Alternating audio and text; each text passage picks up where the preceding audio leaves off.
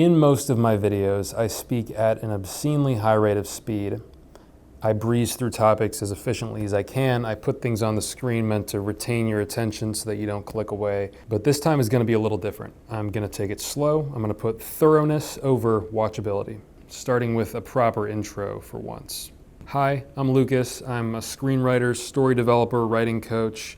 My YouTube channel is fairly popular because people apparently find my storytelling tactics helpful. But when you get such a big audience, you inevitably have to deal with skeptics. People will often demand that I show my credentials. What have you sold? How many film credits do you have? Spielberg said the opposite. Explain that, you scammer. So before I get started, a few disclaimers. This class has nothing to do with succeeding in the entertainment industry. While I have achieved some success in my fledgling career, the road I've traveled has been unconventional and, I suspect, irreplicable.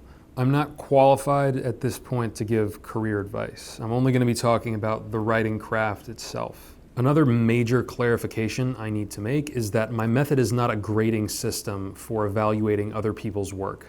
I am not seeking to define what makes a good story.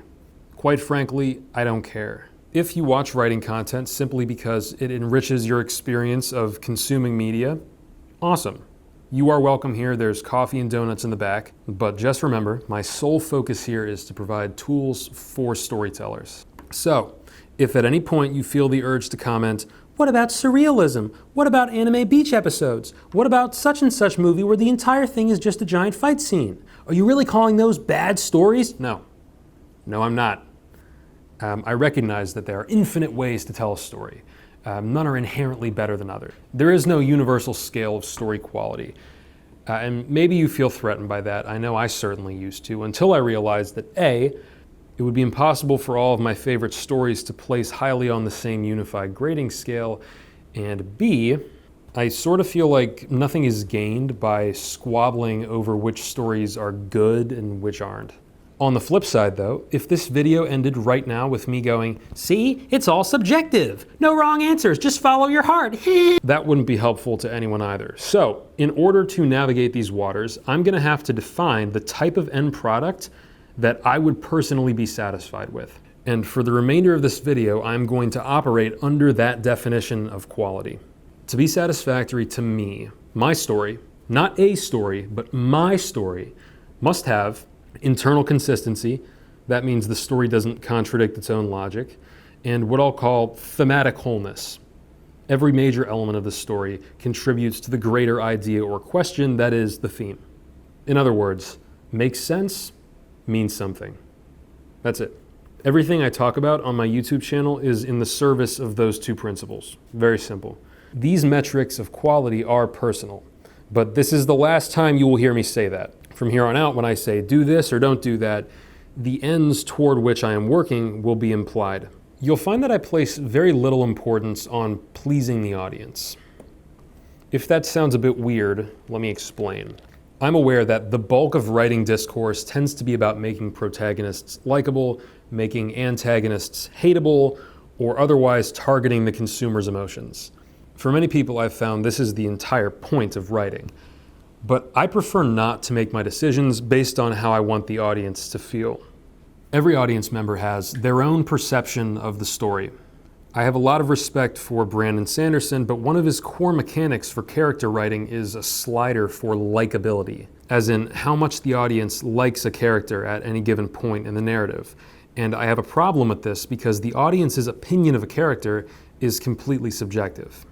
It differs from audience member to audience member. It's impossible to pin down as some definitive scale. Yes, I could look at mass appeal in certain demographics like the West, which is what I assume Brandon does. I could turn this into a consumer psychology class where I hook people up to brainalyzers and determine what story choices are the most emotionally impactful to the greatest number of people.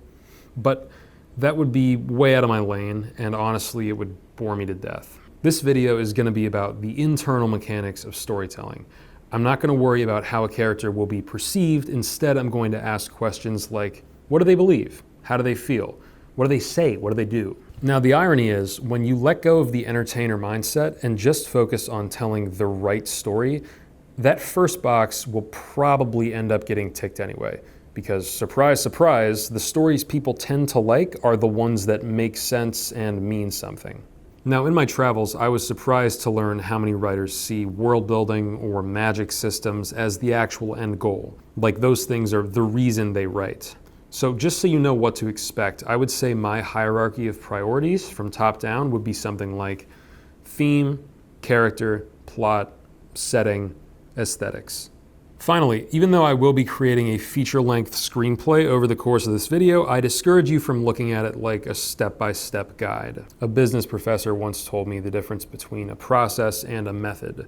She said a process is linear with predictable inputs and outputs. A method, or methodology by contrast, is a toolkit of creative techniques that can be drawn from as needed. It is my opinion that creative advice must be thought of as the latter, as a toolkit. I encourage you to approach everything I say with a take it or leave it mentality. This will become even more apparent when I bring in guest writers whose methodologies are completely different from my own. Please doubt us, disagree with us, cherry pick, take only what works for you, and enjoy the ride.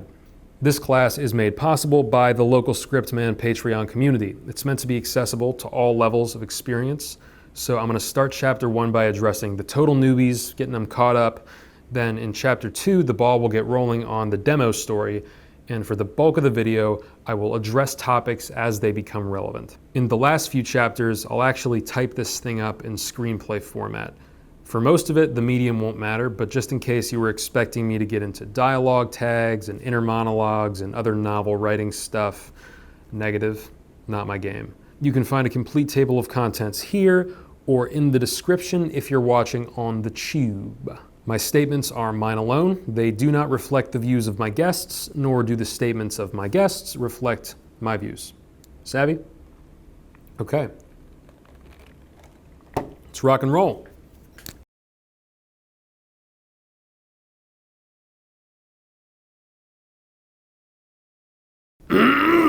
It is one thing to consume a lot of stories and notice similarities between works, but sitting down and speaking with the actual writers, getting to witness their crazy brains in real time for hours and hours and hours, has been far more enlightening than any amount of media analysis I could possibly do. Because there are patterns, and there's one pattern in particular that I have to talk about first. At the very beginning of most people's writing careers, they have a phase. It's when they go, well, I want to be a writer. I'm going to have to write something. And so they sit down and they open up their computer and they stare at the blank document like they were taught to. And of course, they can't think of anything good to write. And so they crank out some half-hearted sludge that they don't actually care about, and it's not fulfilling them, and they blame it on them having a motivation problem. And so they tell me this, and I go like, I get a little annoyed for a moment, but then I remember, oh, yeah. That phase. Let me guess, you've tried to write about writer's block? What if the Grim Reaper was actually just a guy? Yeah, I know. It's okay. Before I get all technical, I want to talk to you first. Zero depth entry. Very often, storytellers decide to be storytellers because they connect with existing stories. And they think, yo, I'm going to make my own. And so they ask the culture, how do I write my own stories? And the culture says, have you seen Fight Club? Have you seen Citizen Kane? Do you want a complete deconstruction of why The Dark Knight is good? Well, actually, I want to write my own stuff. Have you heard of Quentin Tarantino? He's a really good writer. If you want to do something well, study instances of it having been done well. That seems to make sense. Many writing newcomers are drawn to these pop culture film analysis videos, because what could possibly be more beneficial to my writing than a deep dive, microscopic look at the writing of my favorite movies? And I don't know you. Maybe watching deconstructions of other media fills your brain with fresh new ideas, but it certainly didn't for me. And I was into it. I probably watched every why the writing of insert thing is so good video on the platform. But none of it actually helped me improve my writing. And after a while, I realized why. I think the more detailed an analysis of a story is, the more specific to that story it is, which makes it less applicable to my story. That, combined with the fact that these essays are often watered down with meta pop culture commentary, makes it very hard to siphon anything actionable out of them. They are entertaining, they're mentally stimulating. The people who make them are usually really cool. I harbor no ill will against them. But personally, as a writer, I don't get much out of admiring a beautiful finished product. If I just do that, it's honestly kind of depressing. I need to know how it got there. I need to know the actual steps that were taken to create that thing. And I need to strip them of context and transplant them onto my story. Only then will my consumption be productive. We'll do a little bit of that later on, but first, idea generation. The first step. The spark of inspiration that jumpstarts your entire project. Time to flip on the thingy. Time to flip on the thingy, yeah! I don't know why I put it on this side.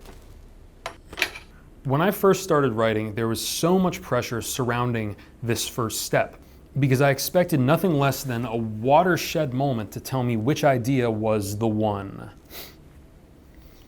If this is the timeline of my project from beginning to completion, I was expecting to feel super inspired right here at the very beginning, right out of the gate.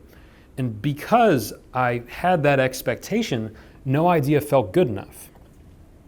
Because, surprise, surprise, it's very hard to care about something that doesn't exist yet. The reality is you shouldn't expect to get really excited about your project until about here. Ideas are cheap. Like, here's 5 right now.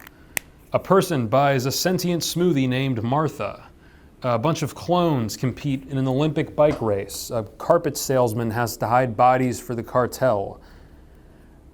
A dog has opened its third eye and tapped into the great beyond. A family of 17th century narwhal hunters hunt narwhals. Those are ideas. Now, a premise is slightly more valuable than an idea because where an idea is just the what, a premise is a what and some insight into the why. So, a smoothie becomes sentient and helps a teenager with their eating disorder. A detective suspects illegal cloning has taken place, so he goes undercover at an Olympic bike race. A carpet salesman has to hide bodies for the cartel, or else they'll egg his house. A dog has opened its third eye and tapped into the great beyond, and now some kids have to stop it before it destroys the world. A family of 17th century narwhal hunters hunt narwhals, but their youngest daughter befriends one and begins to doubt her legacy. It's a little more meat on that bone, but still, the highest award an idea or premise can receive is, that could be pretty interesting. Like Lady Bird. A teenager navigates a loving but turbulent relationship with her strong-willed mother over the course of an eventful and poignant senior year of high school. The Abyss. When an American submarine sinks in the Caribbean, a U.S. search and recovery team works with an oil platform crew racing against Soviet vessels to recover the boat. Deep in the ocean, they encounter something unexpected. Children of Men. In 2027, in a chaotic world in which women have somehow become infertile, a former activist agrees to help transport a miraculously pregnant woman to a sanctuary at sea. These are all movies I really like, but there's nothing inherently better about their premises. That little describer tells me nothing about the execution of the story. A 1950s housewife living with her husband in a utopian experimental community begins to worry that his glamorous company may be hiding disturbing secrets. 10 writers could write 10 completely different movies from that. You know what movie it's actually from? Don't Worry, Darling. This stage of the process is so amorphous, so shallow. You're not supposed to be having a stroke of genius right now. Genius is problem solving, and you don't even have problems to solve yet. Stop beating yourself up over the fact that this thing isn't triggering your reward systems yet. You're at the beginning. Just pick an idea that sounds mildly interesting and get to work on it. Later down the line, there will be an aha moment when your face lights up and you say, holy heck, I love this, I promise. But if you never get past the, is this idea good? Is that idea good phase, you'll never know what a real breakthrough feels like.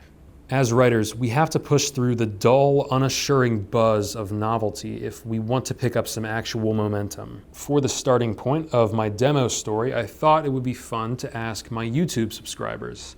And the premise that you guys voted on was a story about a nomadic beekeeper trying to repollinate a post-climate apocalypse wasteland. That's a cool idea. but I'm not keeling over at the sheer brilliance. I'm not crying because of the immense catharsis it's giving me. It is literally just an idea. It's just a one sentence thingy. But we're going to take it and we're going to turn it into a feature film screenplay. Starting with themes. Okay, so we are now like in unscripted mode, which is exciting. The first couple chapters I was talking off the iPhone down here, if you didn't see, but now we're in the woods now. I have deliberately avoided thinking about this until this very moment. And I will just be talking out of my ass, but future me is editing this right now, and he's gonna cut out the stupid bits, and he's gonna probably interject a whole bunch, so I feel like I'm in good hands. Beekeeper.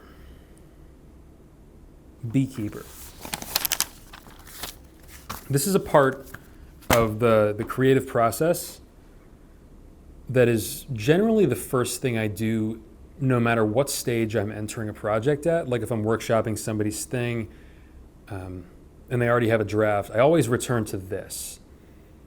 In my videos, I talk about turning characters into extensions of a theme, but I wouldn't just say it's characters. I would say,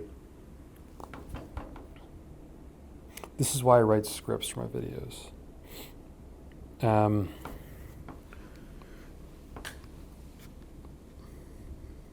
Basically, the first question we want to ask is, what is this really about? We know what it's about, you know? We know that it's about a nomadic beekeeper trying to repollinate a post-climate world, but that's not what it's about. What it's about is whatever the emotional, philosophical character is at the heart of this beekeeper character. Now, in my brain, the moment I read this prompt, I pictured the beekeeper as Frances McDormand in Fargo for some reason, just like a super bubbly, cheery kind of person. So maybe I'm going to take that angle first. She's a beekeeper. Beekeeper, apocalypse, wasteland. Why would a beekeeper want to repollinate things? So this is clearly somebody who cares about the climate. But we can't say words like climate. We have to have this conversation just in our beekeeper's head. So this is just kind of an interesting couple notes about the way I try to think about stories, right? It's like you have to be able to describe the essence of a character and their journey without talking about external stuff. So this circle here, this is our beekeeper's brain. I'm going to call her Frances. Frances and her brain right here, she's like, womp, womp, womp. All of her emotions, thoughts, feelings, beliefs, her arc happens in here, in the mind, right? But bees are out here. Climate's out here. All the other characters, they don't get to exist in the arc. So when I talk to writers and I ask, what is the arc of this character? They'll say, oh, well, this is about this girl learning to care about her brother. And to me, that's not quite enough. Because brother is out here. Brother is out in the real world scape, right? I want to know what her arc means in terms of in here. So just saying, oh, she cares about her brother now, and that's the arc. That's not sufficient. You'd have to rephrase it to be something along the lines of, she learns to value the responsibility of being a caretaker. Okay? Notice how I didn't mention any settings, people, places, things, because an arc doesn't happen out here, an arc happens in here. So if you can't describe an arc or just a character in general without talking about, you know, what they do and who they're connected to and this and that, that's kind of a good sign to me that you don't have the best grasp of the character. Like, there's two ways to describe Rocky, right? The character of Rocky in the first movie. On one hand, you could say, oh, it's about a guy who, doesn't really believe he's a good boxer, but then he gets an opportunity to fight, and turns out he's really good at boxing, and he fights the world champion, and he gives it his best shot. But I'm talking about boxing, and I'm talking about the champion, and I want to talk about what's going on in Rocky's head. When you take away all that other stuff, the arc that Rocky has is he is a guy who has a minimal amount of self-belief, who learns to put all of his effort into something and do something he's genuinely proud of, and say that he left it all out there and he finally committed to something. He finally put his whole heart and soul into something and overcame his depression and his hopelessness and his negative self-belief. Notice how I didn't need to mention Adrian, I didn't need to mention boxing, I didn't need to mention anything outside of Rocky's own head, right? And that's how you have to start thinking of character arcs. Because the moment you start describing a character's arc in terms of things outside their brain, you run the risk of losing the essence of the arc. Even if the thing is an outside concept. So just as an exercise, a person learns to care about their culture. Not great, right? That's not enough, because culture's out here. Culture's not you. Culture's not in your brain. So we need to rephrase it to be something so then it can't really be about culture. Culture is what it's about, but it's not about culture. It's about the ego. It's about this character's sense of self-importance, and maybe tapping into their culture is really just code for that. It's about overcoming the feeling of self-importance and ego that holds you back from connecting with other people. It's all in here. Arc happens in here. So, So, this is our character. Her name is Frances. Frances does stuff. Frances has bees.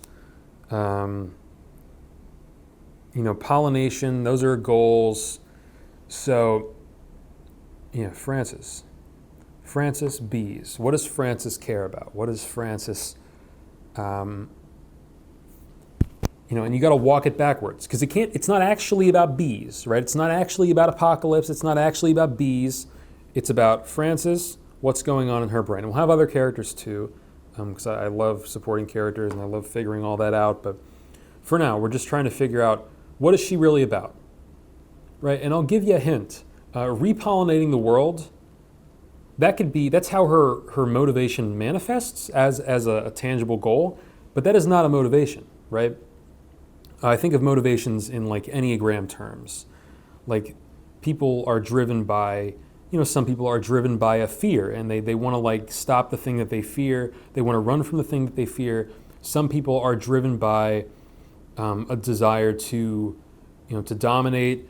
Some people are driven by a desire to remedy some ill in society, and that's where they get purpose from. Some people are driven by a sense of personal ego. It's the three, that's me. It's about external achievements and success. Some people, and I'm leaning towards this for Frances, are driven by this need to help and to be kind and to forge connections with people, because they don't want to be alone. They don't want to be, that might not be Frances. But I'll tell you, but her goal is not actually repollinate the post-climate world. With goals, it's important to remember the goal has to be inside. The goal is not just what in plot terms she wants to do, because in plot terms, yes, that's what she wants to do, but why? And you have to ask why when it comes to a character's goal. Because repollinating the world with bees, that demands a why. So what drives this character to want to do that? Why is her goal, her real underlying motivation manifesting this way? If we walk it all the way back to Frances, her own mind, nothing out here, just Frances, why? Why does she care about saving the world, bees, this, that? I'm thinking it's got to be something to do with... I'm just going to brainstorm this live on camera. Why would you do this? Well, someone who really, really cares about... who values a certain beauty from the world before, who really, like, I imagine she has this memory of standing in this field of flowers when she was little or something like that. This feeling of, here's what things could be, right? And I have to correct the world. I have to correct things. And that's very much like a type 1 energy in Enneagram terms. This need to correct everything, to correct the self. People that are driven by a very harsh inner critic. Like, there's a right way things should be, and it's pissing me off that it's not right. So we have to make it right. We have to make the world right. We have to make the world right with the bees. That's how we get to bees. So it's not really about the bees. It's about a person who has a very deep desire to correct things. A person who has a very deep sense of... So then how does that kind of person happen, is the question, right? If we're coming at this from like an Enneagram type 1, the type 1 is like the type that I know the least about, unfortunately. Yeah. No, it really sucks. It's like the 1 and the 5. I don't quite understand. Like, I could explain it better than the average person. But yeah, the 1s are difficult. So I'm going to have to consult somebody on this.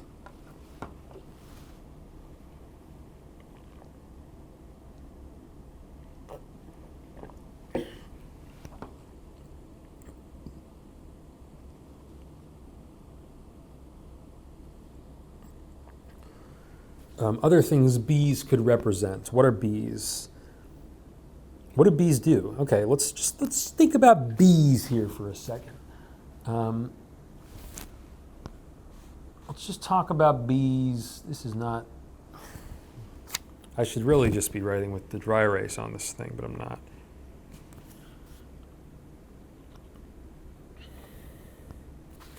So bees.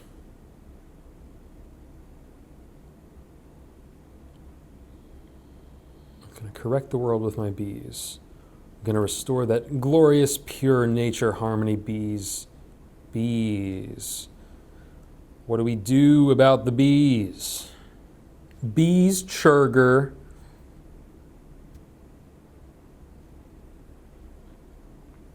Hive. Queen. Honey. Comb. Honeycomb. One word. Pollinate. The thing about bees is, bees don't pollinate because they care about flowers. Bees don't even know what flowers are. Well, they do, but they don't understand what pollination is. Bees pollinate by accident. It's a totally unintentional thing that they do during their feeding process. And I'm not a bee expert, and I'll probably have to get a bee expert. But that's something I've always found really interesting, just about evolution, the way life happens, right? You can have two organisms on either side of a symbiotic relationship that don't know they're in a symbiotic relationship because it doesn't necessarily behoove them to know they're in a symbiotic relationship. They're just, they're doing their thing. And evolution has plotted a unity, a symmetry between them. That's really cool. So bees not knowing what pollinates, right? That's kind of interesting, because if she's like, wants to help people, wants to make things right, that's an interesting bit of like irony, is that she is a person who is so hell-bent on keeping, her goal and fixing things and doing something that's, whatever. But the bees don't even know. And that's it, because like in her brain she could kind of like, oh yeah. Because they're mindless. They just want to live. They're just like, oh, some food, some this, like, they're bees, dude. Bees don't know that they're pollinating. So she's controlling a mindless force. She's trying to make something that is neutral do something that is good. She's trying to convince the bees to serve, all of the world, which is something the bees never asked for.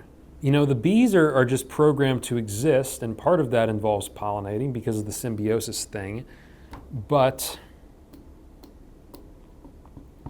the bees don't know what's going on. So could the bees disobey her? It's not like she tells the bees what to do. I think she understands on some level that she's controlling this mindless hive of creatures.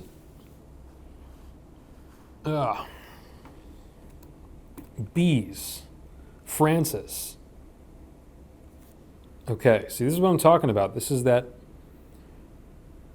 But again, you notice how I'm looking for underlying bits and pieces. Yeah, I think I might have to call it a night on bees. Keep working at this.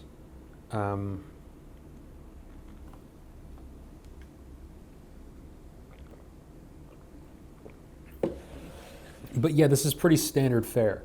It's like I'm trying to get to the root of this. I'm trying to get to the root of the bees thing.